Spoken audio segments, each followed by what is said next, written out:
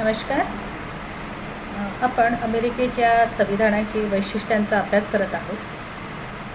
मागील व्हिडिओमध्ये पार्ट 1मध्ये आपण अमेरिकेच्या संविधानाचे 8 वैशिष्ट्ये आपण बघितलेले आहे. या सेकंड पार्टमध्ये आपण उर्वरित जे अमेरिकेची वैशिष्ट्ये आहेत ते आपण या ठिकाणी बघत आहोत. तर अमेरिकेच्या राज्यघटनेचं 9वं वैशिष्ट्य आपण या ठिकाणी लक्षात घेऊया की लोकांच्या प्रभुत्वाला मान्यता, म्हणजे अमेरिकेने जनतेचे जे प्रभुत्व आहे ते प्रभुत्व मान्य केलेले आहे. तर अमेरिकेची जी घटना परिषद होती त्या घटना परिषदेमध्ये जिने घटना लिहिण्याचे काम केले तिला घटना परिषद असं म्हणतात. तर त्यामध्ये लोकांनी नियुक्त केलेले प्रतिनिधी नव्हते, तर त्या ठिकाणी त्या संबंधित वसाहतींनी पाठवलेले प्रतिनिधी होते. तरीही घटना तयार करताना घटना निर्मात्यांनी आपल्याकडे घटना तयार करण्याचे श्रेय घेतलेले नाही किंवा स्वतः प्रभुत्वपूर्ण सभासद आहोत म्हणून ही घटना तयार करीत आहोत असे सूचित पण केलेले नाही. उलट त्यांनी लोकांच्या प्रभुत्वाला मान्यता दिलेली आहे. जसं भारताची राज्यघटनेची उद्देशपत्रिकेची जी सुरुवात आहे, आम्ही भारताचे नागरिक या शब्दाने होत असते, तशीच अमेरिकेमध्ये आम्ही संयुक्त संस्थानाची जनता असं उल्लेख केलेला आहे. We the people of USA या शब्दाने ती राज्यघटना सुरुवात झालेली आहे. याशिवाय ही राज्यघटना, अमेरिकन राज्यघटना, ही आम्ही हिचं संवर्धन करीत आहोत, हिचं रक्षण करत आहोत आणि ही राज्यघटना आम्हाला मान्य आहे असे घोषवाक्य हे राज्यघटनेमध्ये लिहिण्यात आलेलं आहे. आणि याच्यावरून आपल्याला असं म्हणता येतं की लोकांची जी सार्वभौम सत्ता जी आहे ती सार्वभौम सत्ता अमेरिकन संविधानाने मान्य केलेली आहे.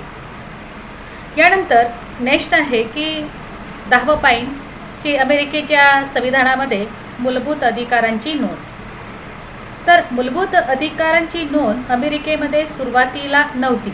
सुरुवातीमध्ये जेव्हा 1789मध्ये राज्यघटना ही तयार झाली, स्वीकृत झाली, 13 पैकी 9 वसाहतींनी तिला मान्यता दिली, तेव्हा मूलभूत अधिकाराचा समावेश मूळ राज्यघटनेमध्ये नव्हता.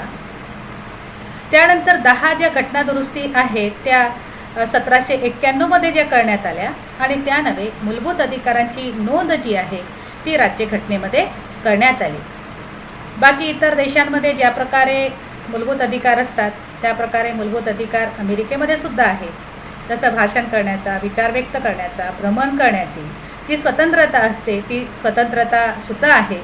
याशिवाय शस्त्र बाळगण्याचा अधिकारसुद्धा अमेरिकेमध्ये देण्यात आलेला आहे. तर अशा प्रकारचे जे इतर देशांमध्ये जे मूलभूत अधिकार नागरिकांना प्राप्त होत असतात तर ते अधिकार नागरिकांना प्राप्त झालेले आहे. तर आणि मूलभूत अधिकार देत असताना कोणत्याही प्रकारची जो भेदाभेद आहे तो भेदाभेद करण्यात आलेला नाही. तर मूलभूत अधिकाराची नोंद अमेरिकन राज्यघटनेमध्ये करण्यात आलेली आहे. हे एक वैशिष्ट्य अमेरिकेचं आहे. त्याच्यानंतर नेक्स्ट जे आहे की संघराज्यात्मक व्यवस्था किंवा संघराज्याची निर्मिती. तर हे पॉईंट आपण अधिकाराच्या विभागणीच्या संदर्भात सुद्धा आपण यावर विचार केलेला होता. या ठिकाणी पुन्हा हे आलेलं आहे. तर आपण लक्षात घेऊया की संघराज्यात्मक जी पद्धती आहे ती अमेरिकेने स्वीकार केलेली आहे. पूर्वीची जे 13 वसाहती होत्या, आता 51 घटक राज्य हे अमेरिकेमध्ये आहे. आणि संघराज्याची जी काही वैशिष्ट्य असतात ती वैशिष्ट्य अमेरिकेमध्ये मोडतात. संघराज्याची निर्मितीकरता काय आवश्यक असतं? पहिली बाब, राज्यघटना लिखित असावी लागते. दुसरं, अधिकाराचं वाटप झालं पाहिजे. तिसरं, न्यायालयाची सर्वोच्चता असली पाहिजे, म्हणजे सर्वोच्च न्यायालय असली पाहिजे. ह्या 3 मूलभूत बाबी ज्या राज्यामध्ये आहेत त्या ठिकाणी संघराज्य व्यवस्था आहे असं आपल्याला म्हणता येईल. तर ह्या 3 बेसिक ज्या बाबी आहेत त्या बेसिक बाबी आपल्याला अमेरिकेमध्ये आहेत असं पाहायला मिळतं. आणि त्याच्यामुळे अमेरिकेमध्ये संघराज्यात्मक व्यवस्था आहे असं म्हणता येईल. लिखित राज्यघटना आहे ते आपण लक्षात घेतलेली आहे. दुसरं, अधिकाराचं वाटपसुद्धा करण्यात आलेलं आहे. केंद्राला कोणते अधिकार, घटक राज्याला कोणते अधिकार, याचीसुद्धा विभागणी झालेली आहे. याशिवाय सर्वोच्च न्यायव्यवस्थासुद्धा आहे, हे सुद्धा आपण या ठिकाणी बघितलेलं आहे. आणि त्यामुळे संघराज्य व्यवस्थेचे जे काही लक्षणं आहेत ते लक्षणं आपल्याला अमेरिकेमध्ये दिसतात. तर हे एक वैशिष्ट्य आहे. याशिवाय आधी जी अमेरिकेची जी घटक राज्य आहे ती पूर्णपणे स्वतंत्र होती. आणि एवढंच नव्हे तर संघ राज्यातून बाहेर फुटून जाण्याचा अधिकारसुद्धा आधी घटक राज्याला होता. परंतु अब्राहम लिंकन यांच्या प्रयत्नामुळे जे गृहयुद्ध झाले आणि त्या गृहयुद्धाच्या नव्हे आता संघराज्यातून बाहेर फुटून जाण्याचा अधिकार या घटक राज्याला नाही. तर अब्राहम लिंकन यांच्या खंबीर भूमिकेमुळे हे व गृहयुद्धात दक्षिणेकडील राज्याचा पराभव झाल्यामुळे ही प्रवृत्ती आता पूर्णपणे नष्ट झालेली आहे. तर अशा प्रकारे संघराज्यात्मक व्यवस्था जी आहे ती अमेरिकेच्या संविधानाची एक वैशिष्ट्य आहे असं आपल्याला या ठिकाणी नमूद करता येईल. याच्यानंतर नेक्स्ट आहे 12वं की दूषित पद्धती, स्पॉईल सिस्टम. तर अमेरिकेमध्ये एक ही स्पॉईल सिस्टम जी आहे ती अस्तित्वात होती, दूषित पद्धती अस्तित्वात होती. तर प्रेसिडेंट जॅक्सनच्या काळापासून ही सुरुवात झालेली होती.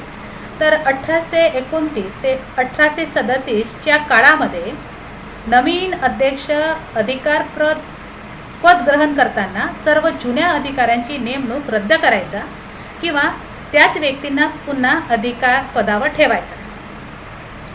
म्हणजे जेव्हाही जसं आपण बघितलेलं आहे की अध्यक्षाचा जो कार्यकाल अमेरिकेमध्ये आहे तो अमेरिकेमध्ये 4 वर्षाचा आहे. म्हणजे 4 वर्षाच्या आधी ज्या नियुक्त्या झाल्या मग त्यानंतर जर दुसरे राष्ट्राध्यक्ष आले तर मग ते स्वतःच्या करिता किंवा स्वतःच्या मनाने दुसऱ्या नियुक्त्या राष्ट्राध्यक्ष करायचा. म्हणजे या ठिकाणी आपल्याला असं म्हणावं लागेल की नौकर वर्ग जो आहे त्या नौकर वर्गाला नोकरीची शाश्वतीच नव्हती.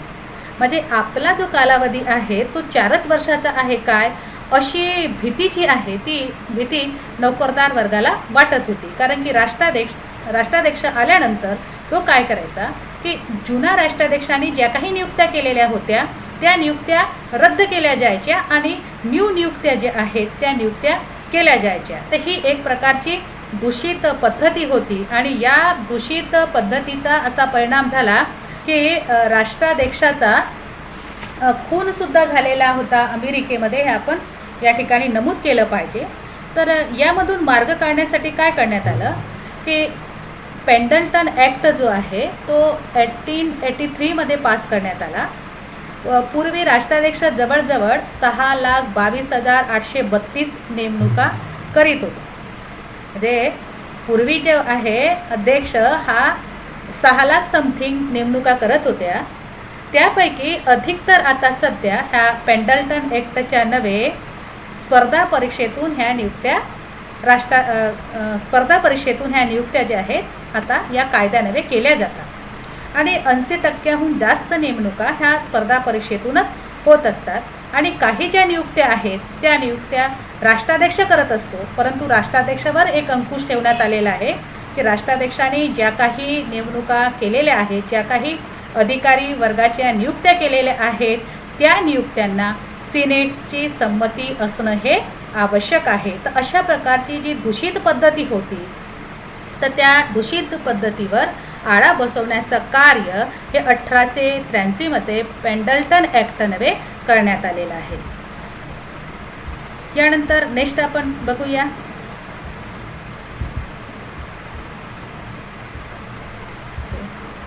आपण वैशिष्ट्य बघूया की अमेरिकेची जी राज्यघटना आहे ती अपरिवर्तनीय राज्यघटना आहे. हिला आपल्याला अपरिवर्तनीय राज्यघटनासुद्धा म्हणता येईल, ताटरसुद्धा राज्यघटना म्हणता येईल, परिदृढ राज्यघटनासुद्धा म्हणता येईल.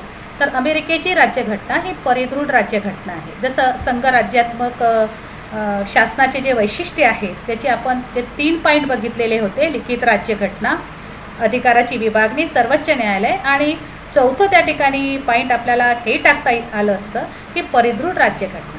ज्या ठिकाणी संघराज्यात्मक व्यवस्था असते त्या ठिकाणी राज्यघटना ही परिदृढ असते. म्हणजे राज्यघटनेमध्ये जे काही बदल करायचे आहेत ते बदल सहज होत नाही.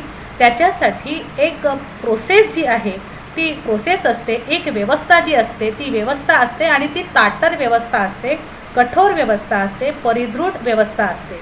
आणि अमेरिकेची जी राज्यघटना आहे ही अपरिवर्तनीय राज्यघटना आहे. तर गेल्या 250 वर्षाच्या अवधीमध्ये आतापर्यंत फक्त 33 घटनादुरुस्त्याच मान्य करण्यात आलेल्या आहेत. काही पुस्तकांमध्ये 27 घटनादुरुस्त्या लिहिलेल्या आहेत. त्या 27 घटनादुरुस्त्या 1992 पर्यंतच्या होत्या. तर 2019 पर्यंत 33 घटनादुरुस्त्या ज्या आहेत त्या अमेरिकेमध्ये झालेल्या आहेत. तर यावरून आपल्याला लक्षात येईल की अमेरिकेची राज्यघटना केव्हा लागू झाली, तर 1789मध्ये. 1789 पासून ते आतापर्यंतचा कालावधी जर लक्षात घेतलं तर फक्त 33 घटनादुरुस्त्या ह्या होऊ शकल्या. हीच बाब जर आपण तुलनात्मक भारताचा जर विचार केला तर भारतामध्ये 1950ला राज्यघटना लागू झाली आणि 2020मध्ये जानेवारी 2020मध्ये 104वी घटनादुरुस्ती झाली. म्हणजे 70 वर्षाच्या कालावधीमध्ये 104 घटनादुरुस्त्या झाल्या. तर अमेरिकेमध्ये 2.25 वर्षाच्या अवधीमध्ये फक्त 33 घटनादुरुस्त्या ह्या झाल्या. यावरून आपल्याला लक्षात येईल की अमेरिकेची राज्यघटना किती ताटर स्वरूपाची आहे. तर कशा प्रकारची व्यवस्था राज्यघटनेमध्ये दुरुस्ती करण्याची आहे, तर याची पद्धती अशी आहे की जे घटक राज्य आहेत ते घटक राज्यसुद्धा स्वतः पुढाकार घेऊ शकतात. घटनेमध्ये दुरुस्ती व्हावी असा प्रस्ताव काँग्रेसला घटक राज्यसुद्धा देऊ शकतात. ही एक प्रोसेस झाली. त्याच्यानंतर जी काँग्रेस आहे, काँग्रेस म्हणजे प्रतिनिधी सभागृह आणि सिनेट हे बहुमताने 2/3 बहुमताने घटना दुरुस्तीचा विधेयक पास करेल. त्यानंतर तो विधेयक घटक राज्याच्या संमतीकरिता पाठवला जाईल. 51 घटक राज्याच्या विधिमंडळाकडे तो जाईल आणि 3/4 घटक राज्यांनी तो घटना दुरुस्तीच्या प्रस्तावाला जर मान्यता दिलेली असेल तर राज्यघटनेमध्ये दुरुस्ती होत असते.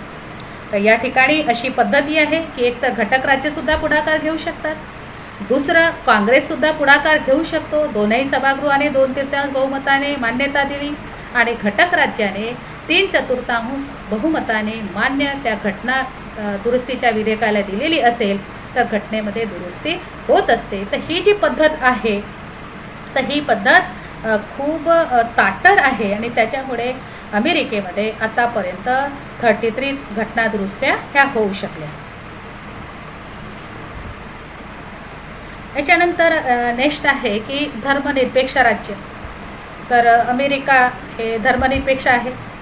अमेरिकेने कोणत्याही धर्माला राजाश्रय दिलेला नाही. अमेरिकेमध्ये तर पहिली जी घटनादुरुस्ती झाली त्या पहिल्या घटनादुरुस्तीमध्ये धर्माचा जो अमेरिका हे धर्मनिरपेक्ष राहील हे स्पष्ट करण्यात आलं. नागरिक हा कोणताही धर्म स्वीकारू शकतो, परंतु अमेरिकेच्या शासनाला कोणताही धर्म राहणार नाही. तर अमेरिका हे इंग्लंडप्रमाणे धर्माधिष्ठित नाही, कारण की अमेरिकेच्या राज्यघटनेने कोणत्याही धर्माला मान्यता दिलेली नाही. अमेरिकेत संविधानानुसार सर्व धर्मांना समान संधी आहे. धर्माच्या आधारावर तिथे कोणताही प्रकारचा भेदभाव केला जात नाही. जसं इंग्लंडमध्ये आपण बघितलेलं आहे की प्रोटेस्टंट पंथाचाच असला पाहिजे. इंग्लंडमध्ये प्रोटेस्टंट आणि कॅथोलिक असे 2 संप्रदाय आहेत, पंथ आहेत. तर प्रोटेस्टंट पंथ हा उच्च पंथ म्हणून म्हणला जाईल, कारण की राजपद म्हणजे राजा जो आहे तो प्रोटेस्टंट धर्माचाच असला पाहिजे. अशी व्यवस्था जी आहे ती अमेरिकेमध्ये करण्यात आलेली नाही. अमेरिकेमध्ये सुद्धा ख्रिश्चन धर्मियांची संख्या जास्त आहे. त्या ठिकाणी सुद्धा संप्रदाय पंथ आहेत, परंतु त्या ठिकाणी कोणत्याही धर्माला हा राजाश्रय दिलेला नाही. कोणालाही झुकते माप दिलेलं नाही. कोणताही व्यक्ती स्वतःच्या गुणकर्तृत्वाने कोणतंही सार्वजनिक सामाजिक पद जो आहे तो पद प्राप्त करू शकतो. धर्म भेदभाव अमेरिकेमध्ये आढळत नाही. तर धर्मनिरपेक्ष राज्य असं अमेरिकेच्या राज्यघटनेची वैशिष्ट्ये आपल्याला या ठिकाणी स्पष्ट करता येईल. त्याच्यानंतर नेक्स्ट आपण बघूया 15वं की दुहेरी नागरिकत्व. तर अमेरिकेने संघराज्यात्मक व्यवस्था स्वीकारलेली आहे, हे आपण बघितलेलं आहे. आणि त्याच्यामुळे दुहेरी नागरिकत्व आहे. अमेरिकेचा नागरिक हा संघराज्याचाही नागरिक आहे. याशिवाय ज्या घटक राज्यामध्ये राहतो त्या घटक राज्याचा सुद्धा तो नागरिक आहे. अशी दुहेरी नागरिकत्वाची व्यवस्था जी आहे ती अमेरिकेत दिलेली आहे. आणि हे सुद्धा एक संघराज्यात्मक व्यवस्थेचे वैशिष्ट्यच आहे असं आपल्याला म्हणावं लागेल. जसं भारतामध्ये संघराज्यात्मक व्यवस्था आहे, परंतु एकेरी नागरिकत्व आहे. इंग्लंडमध्ये एकेरी नागरिकत्व आहे, परंतु अमेरिकेमध्ये दुहेरी नागरिकत्व दिलेलं आहे. एक व्यक्ती 2 नागरिकत्व स्वीकारू शकतो, एक केंद्राचं आणि एक आपल्या घटक राज्याचं. आता असं दुहेरी नागरिकत्व हे सुद्धा अमेरिकेच्या संविधानाची वैशिष्ट्ये आहेत. त्याच्यानंतर नेक्स्ट आपण या ठिकाणी बघूया की अमेरिकेने गणतंत्र राज्याचा स्वीकार केलेला आहे. म्हणजे अमेरिका हा रिपब्लिक स्टेट आहे. तर अमेरिका कसं गणतंत्रात्मक आहे, तर या ठिकाणी आपल्याला असं म्हणावं लागेल की संविधानाने अमेरिकन गणतंत्र शासनाची प्रस्थापना केली. तसेच घटक राज्याला गणतंत्रात्मक शासनाची हमी देणे हे मध्यवर्ती प्रस्थापना केली आहे. तसेच प्रत्येक घटक राज्याला गणतंत्रात्मक शासनाची हमी देणे हे मध्यवर्ती शासनाचे कर्तव्य आहे. मध्यवर्ती म्हणजे केंद्राचे कर्तव्य आहे. परंतु गणतंत्रात्मक शासन म्हणजे काय याचा घटनेमध्ये स्पष्ट उल्लेख नाही. परंतु गणतंत्राचा अर्थ काय होतो की ज्या देशातील शासन प्रमुख हा जनतेच्याद्वारे प्रत्यक्षपणे किंवा अप्रत्यक्ष निवडला जातो, अशा शासन प्रकाराला गणतंत्रात्मक राज्य असं म्हणतात. तर आपण या ठिकाणी शासनाचा प्रमुख, आता आपण या ठिकाणी अमेरिकेचा अभ्यास करत आहोत, तर अमेरिकेमध्ये शासनाचा वास्तविक प्रमुख हा राष्ट्राध्यक्ष आहे. राष्ट्राध्यक्ष निर्वाचन मंडळाच्या द्वारे म्हणजे जनतेच्या द्वारे अप्रत्यक्षपणे हा निवडला जातो आणि तो जनतेचं प्रतिनिधित्व करत असतो. आणि त्यामुळे अमेरिकेमध्ये गणतंत्रात्मक राज्य आहे असं आपल्याला म्हणता येईल. तर गणतंत्रात्मक राज्य याचा आपण या ठिकाणी विचार केला की जनता अप्रत्यक्षपणे राष्ट्राध्यक्षाला निवडून देत असते. याशिवाय दुसरंही आपल्याला असं म्हणता येईल की कायदेमंडळाचे जे सभासद जे आहेत ते सभासद निवडण्याचे कार्य जनता करत असते, लोक करत असतात. म्हणून गणतंत्रात्मक राज्य आहे. गणतंत्रात्मक राज्य आहे. याशिवाय लोकशाही आहे. याच्या आधी आपण एका व्हिडिओमध्ये बघितलं आहे की ज्या देशामध्ये लोकशाही असेल त्या ठिकाणी गणतंत्रात्मक असतेच असं नाही. उदाहरणार्थ इंग्लंडमध्ये लोकशाही आहे, परंतु गणतंत्र नाही, तर लोकशाही प्लस राजतंत्र आहे. तर अमेरिकेमध्ये लोकशाही आहे आणि प्लस गणतंत्र आहे, कारण की शासनाचा शासन प्रमुख हा राष्ट्राध्यक्ष हा अमेरिकेचा अप्रत्यक्षपणे लोकांच्याद्वारे निवडला जात असतो. तर हे एक वैशिष्ट्य आपण या ठिकाणी लक्षात घेतले. त्यानंतर दुसरं वैशिष्ट्य आपण नेक्स्ट वैशिष्ट्य आहे जे लक्षात घेऊया की अमेरिकेमध्ये द्विसदनात्मक कायदेमंडळ. तर अमेरिकेच्या संविधानाची वैशिष्ट्य की अमेरिकेचं जे कायदेमंडळ आहे ते द्विगृही आहे, द्विसदनात्मक आहे. तर 2 जे सदन आहेत ते कोणते आहेत, तर अमेरिकेमध्ये एक वरिष्ठ सभागृह आहे, त्याला सिनेट असं म्हणतात, आणि कनिष्ठ सभागृह आहे त्याला प्रतिनिधी सभागृह म्हणतात. तर सिनेटमध्ये जे प्रतिनिधी असतात ते घटक राज्याचे प्रतिनिधी असतात. म्हणजे घटक राज्याचं प्रतिनिधित्व करण्याचं काम सिनेट करतं. तर प्रतिनिधी सभागृह हे लोकांचे प्रतिनिधित्व करतं.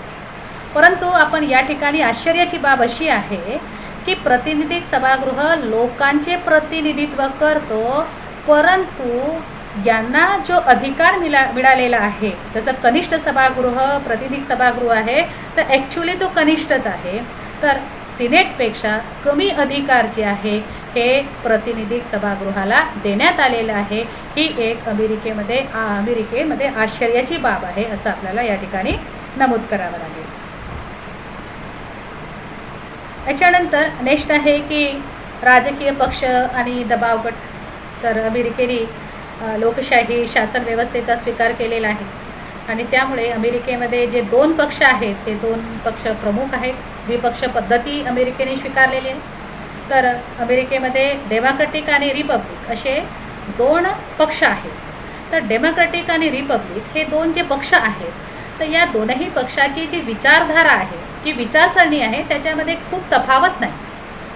अमेरिकेचा जसं की लोकशाहीवर विश्वास दोनही पक्षाचा आहे, साम्यवादाला विरोध दोनही पक्षाचा आहे, अमेरिकेचा बोलबाला जगामध्ये असला पाहिजे हा दोनही पक्षाचा आहे. तर डेमोक्रॅटिक आणि रिपब्लिक असे दोन पक्ष अमेरिकेमध्ये आहेत. आलटून पालटून सत्ता हस्तगत करण्याचं कार्य डेमोक्रॅटिक आणि रिपब्लिकन पक्ष करतात.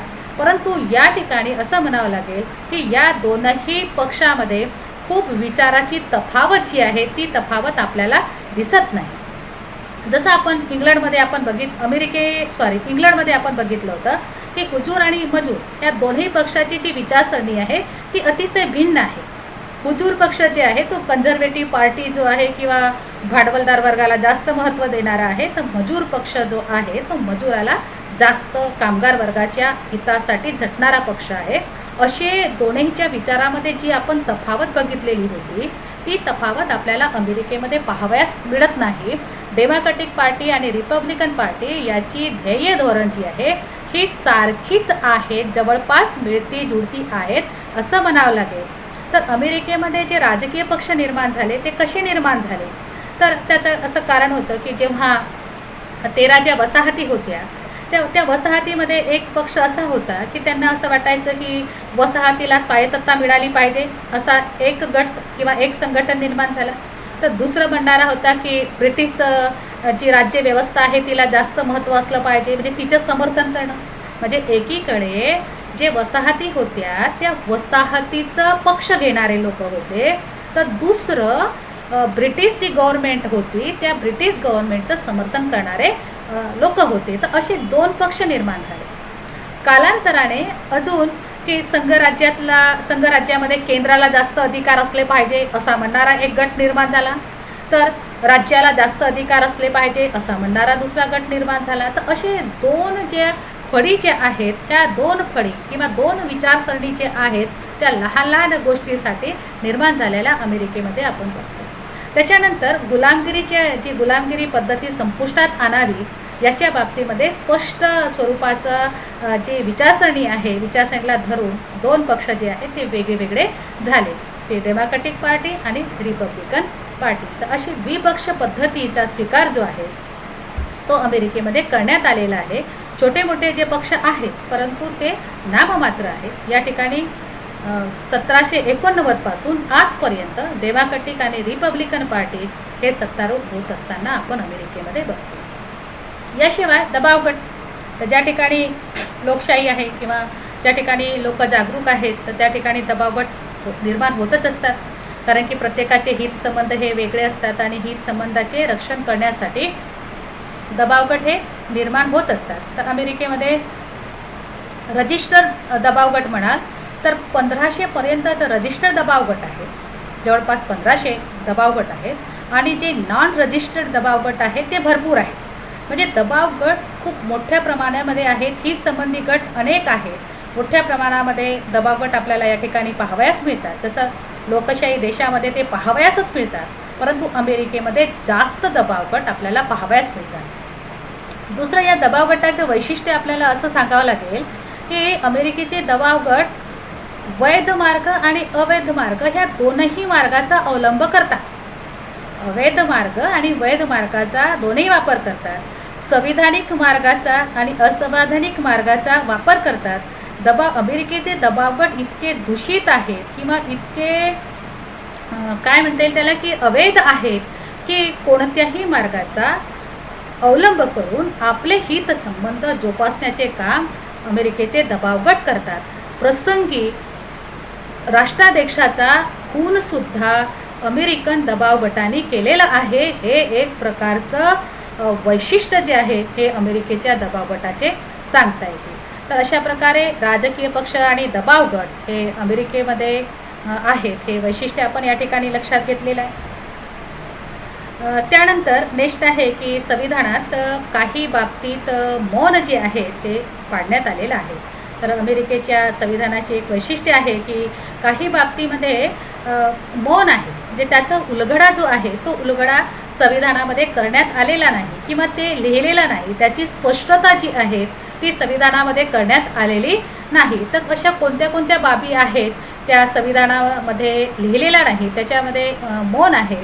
तर या ठिकाणी आहे की प्रतिनिधी सभागृहाचा सभापती, जे स्पीकर आपण ज्याला म्हणतो, तर स्पीकर यांच्या कार्याचा उल्लेख करण्यात आलेला नाही. याशिवाय सिनेट आणि प्रतिनिधी सभागृह यांच्यात विधेयकाच्या बाबतीमध्ये जर मतभेद झालेला असेल तर संयुक्त अधिवेशन घ्यावे का, यासंबंधी सुद्धा उल्लेख करण्यात आलेला नाही. याशिवाय संघीय पदाधिकारी यांच्या पदच्युतीबाबत संविधानाने उल्लेख केलेला नाही. तर असे जे काही प्रश्न आहेत ते महत्त्वाचे प्रश्न आहेत, तर ह्या महत्त्वाचे प्रश्न संविधानामध्ये नमूद करण्यात आलेले नाही. तर या प्रश्नाची सोडवणूक काँग्रेस कायद्यानव्हे किंवा न्यायालयीन निर्णयामुळे होत असते. तर असं या ठिकाणी 19वं आपण या ठिकाणी वैशिष्ट्य बघितलेलं आहे. यानंतर 20वं वैशिष्ट्य आपण बघूया आणि लास्ट वैशिष्ट्य आहे की अध्यक्षीय शासन पद्धती. तर अमेरिकेमध्ये अध्यक्षीय शासन पद्धतीचा स्वीकार केलेला आहे. अध्यक्षीय शासन पद्धतीमध्ये आपण बघू की संविधानाने जी बाब सांगितलेली आहे ती बाब वास्तवामध्ये असते. जसं अमेरिकेच्या संविधानाने राष्ट्राध्यक्षाला शासन प्रमुखाचा दर्जा दिलेला आहे, तर वास्तविक शासन प्रमुख हा राष्ट्राध्यक्षच आहे. म्हणजे तत्व आणि व्यवहार याच्यामध्ये फरक हे दिसून येत नाही ज्या ठिकाणी अध्यक्षीय शासन पद्धती असते. तर अमेरिकेमध्ये अध्यक्षीय शासन पद्धती आहे. तर अमेरिकेच्या राज्यघटनेने लोकतंत्रात्मक शासनाचा स्वीकार केलेला आहे. या पद्धतीत अमेरिकेचा जो राष्ट्राध्यक्ष आहे हा एका स्वतंत्र निर्वाचन मंडळाच्या द्वारे 4 वर्ष मुदतीसाठी निवडला जातो आणि त्याला संविधानानुसार वास्तविक अधिकार हे प्राप्त झालेले आहे. राष्ट्राध्यक्ष मंत्रिमंडळाची सुद्धा नियुक्ती करत असतो आणि राष्ट्राध्यक्ष आणि मंत्रिमंडळ मिळून शासनाच्या कार्याची अंमलबजावणी केली जात असते. दुसरं, राष्ट्राध्यक्ष आणि मंत्रिमंडळ हे काँग्रेसचे सभासद नसतात. अध्यक्षीय शासन पद्धतीचे वैशिष्ट्य काय असतं की कार्यपालिकाचे जे सदस्य असतात ते सदस्य कायदे मंडळाचे सदस्य नसतात. जर समजा सदस्य असतील तर त्यांना राजीनामा द्यावा लागतो. संसदीय शासन पद्धतीमध्ये आपण काय बघतो की संसदीय शासन पद्धतीमध्ये पंतप्रधान आणि मंत्रिमंडळ जर संसदेचे सभासद नसतील तर येत्या 6 महिन्यामध्ये त्यांना कायदे मंडळाचे सभासद व्हावं लागतं. परंतु अध्यक्षीय शासन पद्धतीमध्ये काय असतं की कार्यकारी मंडळाचे जे सदस्य असतात राष्ट्राध्यक्ष आणि मंत्रिमंडळ हे कायदे मंडळाचे सभासद नसतात आणि त्याच्यामुळे कायदे मंडळ राष्ट्राध्यक्षावर नियंत्रण प्रस्थापित करू शकत नाही. राष्ट्राध्यक्षाला आणि मंत्रिमंडळाला प्रश्न उपप्रश्न विचारण्याचा अधिकार कायदे मंडळाला नसते. फक्त आपल्याला या ठिकाणी म्हणावं लागेल की राष्ट्राध्यक्षाला पदच्युत करण्याची जी सत्ता जी आहे ती कायदे मंडळाला देण्यात आलेली आहे. तर अशा प्रकारे अध्यक्षीय शासन पद्धतीचा जो स्वीकार आहे तो स्वीकार अमेरिकेने केलेला आहे. अमेरिकेच्या शासनाचा वास्तविक प्रमुख म्हणून आपण राष्ट्राध्यक्षाच्या पदाकडे बघत असतो.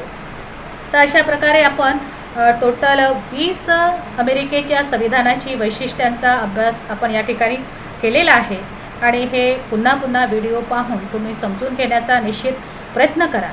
परीक्षेमध्ये जर अमेरिकेच्या संविधानाची वैशिष्ट्ये सांगा असा प्रश्न जो आहे तो प्रश्न 16 मार्काचा येईल. जर समजा उपप्रश्नामध्ये 3ऱ्या आणि 4थ्या प्रश्नामध्ये तो विचारला गेला असेल तर तो 8 मार्काचा विचारला जाईल. जर 16 मार्कासाठी हा प्रश्न विचारला गेलेला असेल तर संपूर्ण जे पॉईंट आहेत जे थोडक्यात या ठिकाणी नमूद केलेले आहेत, खूप काही जास्त डिटेल लिहिण्याचा प्रयत्न करण्यात आलेला नाही. तर असे जे 20 जे वैशिष्ट्ये आहेत ते 20 वैशिष्ट्य तुम्ही लिहिण्याचा निश्चित प्रयत्न करा. वहीवर हे लिहून घ्या, ते पाठ करा आणि जर समजा 8 मार्कासाठी 3रा आणि 4था प्रश्न आला तर महत्त्वाचे 10 जे वैशिष्ट्य आहे ते 10 वैशिष्ट्य तुम्ही लिहिले पाहिजे. थँक्यू.